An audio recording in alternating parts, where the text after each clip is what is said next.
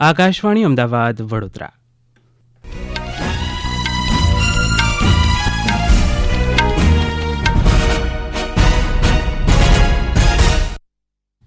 પ્રાદેશિક સમાચાર કરણ મકવાણા વાંચે છે. સૌપ્રથમ મુખ્ય સમાચાર. મુખ્યમંત્રી ભૂપેન્દ્ર પટેલ આજે નર્મદા જિલ્લાના નાંદોદ તાલુકાના રામપુરા ઘાટ ખાતે નર્મદા ઉત્તર વાહિની પંચકોશી પરિક્રમા વ્યવસ્થાનું નિરીક્ષણ કરશે. અમદાવાદમાં આજથી અખિલ ભારતીય કોંગ્રેસનું 2 દિવસનું અધિવેશન યોજાશે. મહિલા અને બાળ વિકાસ મંત્રી ભાનુબેન બાબરિયાની આગેવાનીમાં રાજ્યમાં આજથી 22 એપ્રિલ સુધી પોષણ પખવાડિયું ઉજવાશે. ખેતી નિયામકની કચેરીએ હીટવેવથી પાકના રક્ષણ સંદર્ભે માર્ગદર્શિકા જાહેર કરી અને રાજ્યમાં ગરમીનો પારો ઉંચકાયો. કંડલામાં 46 ડિગ્રી સેલ્સિયસ તાપમાન નોંધાયું. સમાચાર વિગતવાર. મુખ્યમંત્રી ભૂપેન્દ્ર પટેલ આજે નર્મદા જિલ્લાના નાંદોદ તાલુકાના રામપુરા ઘાટ ખાતે નર્મદા ઉત્તર વાહિની પંચકોશી પરિક્રમા વ્યવસ્થાનું નિરીક્ષણ કરશે. શ્રી પટેલ માં નર્મદાની પૂજા અર્ચના કરી શહેરાવ ઘાટ સુધી પગપાળા પરિક્રમા કરશે. ઉપરાંત મુખ્યમંત્રી પરિક્રમાવાસીઓ સાથે સંવાદ પણ કરશે અને ગુજરાત પવિત્ર યાત્રાધામ વિકાસ બોર્ડ તથા જિલ્લા વહીવટી તંત્ર દ્વારા ઊભી કરવામાં આવેલી સુવિધાઓનું નિરીક્ષણ કરશે. ઉલ્લેખનીય છે કે શ્રદ્ધાળુઓની સુગમતા અને સરળતા માટે ગુજરાત સરકારના પવિત્ર યાત્રાધામ વિકાસ બોર્ડ અને જિલ્લા વહીવટી તંત્ર દ્વારા પરિક્રમા માર્ગમાં સુવિધાઓ ઊભી કરાઈ છે. અમદાવાદમાં આજથી અખિલ ભારતીય કોંગ્રેસનું 2 દિવસનું અધિવેશન યોજાશે. સત્તાવાર યાદી મુજબ શાહીબાગ વિસ્તારમાં આવેલા સરદાર સ્મારકમાં આજે સવારે 11:30 વાગે કોંગ્રેસ કાર્યકારિણીની બેઠક યોજાશે, જેમાં સમગ્ર દેશના પ્રદેશ પ્રમુખો, કોંગ્રેસ કાર્યકારિણીના સભ્યો, વિધાનસભા દળના નેતાઓ આવશે. સાંજે 5 વાગે સાબરમતી આશ્રમ ખાતે પ્રાર્થના સભા યોજાશે અને 7 વાગે રિવરફ્રન્ટ પર સાંસ્કૃતિક કાર્યક્રમ યોજાશે. આવતીકાલે સવારે 9 વાગે સાબરમતીના કિનારે રાષ્ટ્રીય અધિવેશન યોજાશે. આજે સવારે કોંગ્રેસ સંસદીય પક્ષના નેતા સોનિયા ગાંધી, લોકસભામાં વિપક્ષના નેતા રાહુલ ગાંધી સહિતના વરિષ્ઠ નેતાઓ અમદાવાદ પહોંચશે. મહિલા અને બાળ વિકાસ મંત્રી ભાનુબેન બાબરિયાની આગેવાની હેઠળ આજથી 22 એપ્રિલ સુધી પોષણ પખવાડિયું 2025 ઉજવાશે.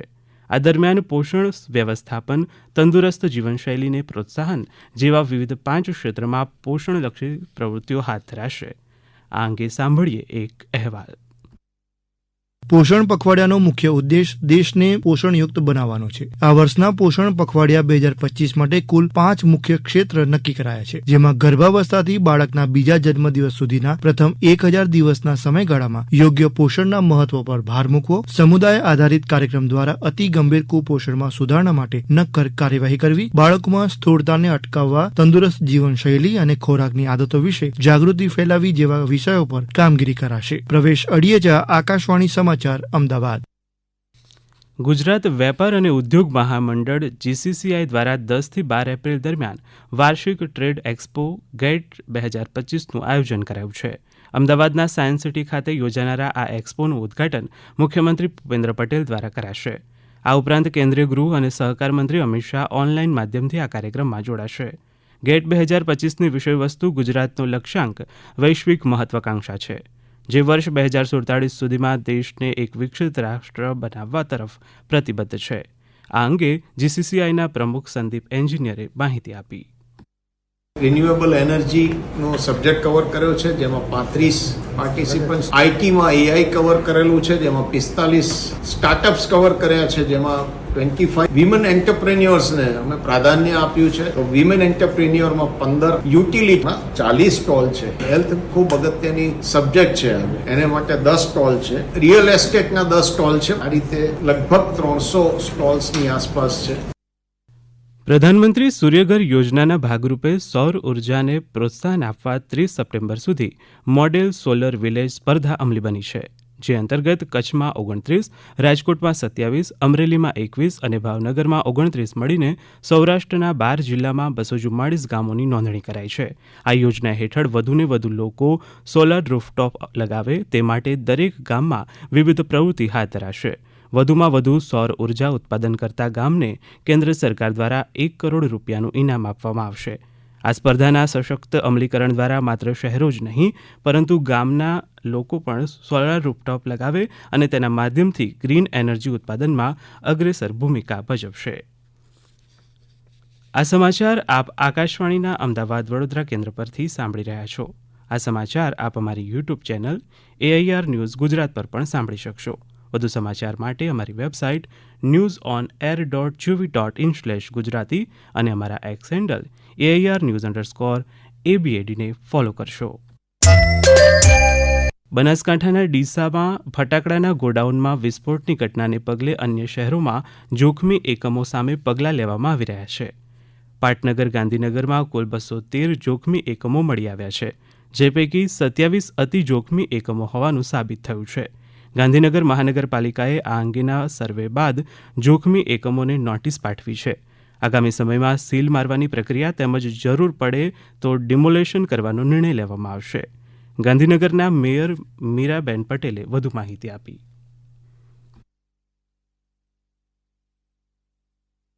આપણે જાણીએ છીએ કે આગ લાગવાની દુઃખદ ઘટના અત્યારે બની રહી છે. તે રાજ્ય સરકારની ઘટનાઓ ફરી ના બને એ માટે ગાઈડલાઈન જારી કરી છે અને આ ગાઈડલાઈનને અનુસરીને ઘણી બધી મહાનગરપાલિકાઓમાં અત્યારે આ ફરી ઘટના ન બને એવા પ્રયત્નો પણ થઈ રહ્યા છે અને આ માટે અમે સર્વે કરાવ્યો. એમાં 213 જગ્યાએ અમે નોટિસ આપી છે અને એમાંથી જે 27 જગ્યાએ અમને વધારે ગંભીર દેખાયું ત્યાં અમે સૂચના કરી છે કે જો આ જગ્યા ખાલી નહીં કરવામાં આવે તો અમે એને સીલ પણ કરી અને એનાથી પણ વધારે અમે ડિમોલેશન કરવાની પણ સૂચના આપી દીધી છે.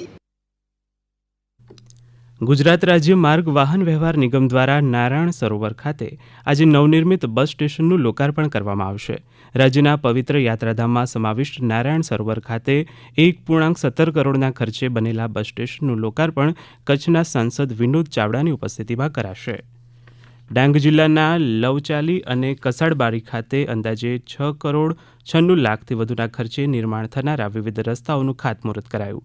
આમાં સુબીર તાલુકાના સુબીર, લવચાલી, કસાડબારી, મહાલ અને ઈસખંડી રોડનો સમાવેશ થાય છે. વન અને પર્યાવરણ મંત્રી મુકેશ પટેલે તાપી જિલ્લાના કુકરમુંડા તાલુકાના જૂના બેજ ગામે 7 કરોડ 59 લાખ રૂપિયાના ખર્ચે નિર્મિત થનારા હાઈ લેવલ બ્રિજ અને રોડના વિકાસ કામોનું ખાતમુહૂર્ત કર્યું. પાટણમાં વ્યાયામ શિક્ષકોની કાયમી ધોરણે ભરતી કરવાની માંગ સાથે જિલ્લા કલેક્ટરને આવેદનપત્ર અપાયું. પ્રાથમિક શાળાઓમાં શારીરિક શિક્ષણ વિષયના શિક્ષકોની ખાલી પડેલી જગ્યાઓ કાયમી ધોરણે ભરવામાં આવે તેવી માંગ ક્રીડા ભારતી સંસ્થા દ્વારા કરાઈ છે. હાલમાં રાજ્યમાં ખેલ સહાયકો હંગામી ધોરણે ભરતી કરાઈ રહી છે. અમદાવાદ કેન્ટોનમેન્ટ ખાતે 20 એપ્રિલે ભૂતપૂર્વ સૈનિકો અને તેમના આશ્રિતો માટે સંમેલન યોજાશે. આ સંમેલનમાં નિવૃત્તિ પછીના લાભો, ફરિયાદોના નિરાકરણ, દસ્તાવેજીકરણમાં થતી વિસંગતતાઓને દૂર કરવા સહિતની માહિતી પૂરી પડાશે. ખેતી નિયામકની કચેરીએ હીટવેવથી પાકના રક્ષણ સંદર્ભે માર્ગદર્શિકા જાહેર કરી છે, જે મુજબ વહેલી સવારે અને સાંજના સમયે ઊભા પાકને હળવું તેમજ વારંવાર પિયત આપવું, જમીનમાં ભેજનું પ્રમાણ જાળવી રાખવા, પાકના અવશેષોને માટી વડે આચ્છાદન કરવું, પાકને ઊંચા તાપમાનથી બચાવવા શાકભાજીના ખેતરમાં નીંદણ ન કરવું, પશુઓને છાયણામાં રાખવા તેમજ વારંવાર પાણી આપવું જેવા પગલાં આ માર્ગદર્શિકામાં સૂચવવામાં આવ્યા છે.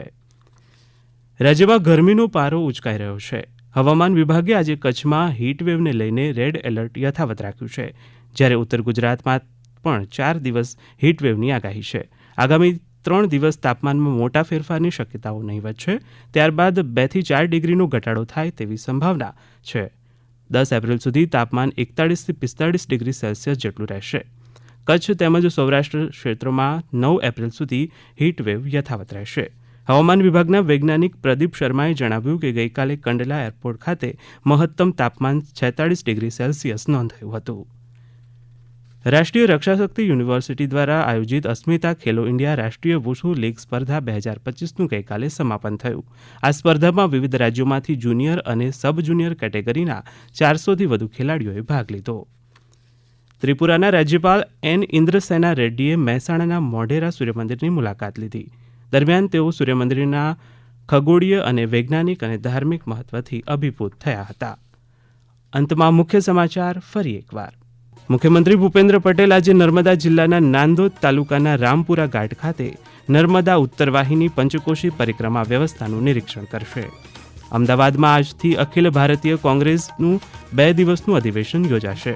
મહિલા અને બાળ વિકાસ મંત્રી ભાનુબેન બાબરિયાની આગેવાનીમાં રાજ્યમાં આજથી 22 એપ્રિલ સુધી પોષણ પખવાડિયું ઉજવાશે. ખેતી નિયામકની કચેરીએ હીટવેવથી પાકના રક્ષણ સંદર્ભે માર્ગદર્શિકા જાહેર કરી. અને રાજ્યમાં ગરમીનો પારો ઊંચકાયો. કંડલામાં 46 ડિગ્રી સેલ્સિયસ તાપમાન નોંધાયું. અમારા રાષ્ટ્રીય સમાચાર આપ સવારે 7:45 સાંભળી શકશો. આ સાથે આકાશવાણીના અમદાવાદ વડોદરા કેન્દ્ર પરથી પ્રાદેશિક સમાચાર પૂરા થયા.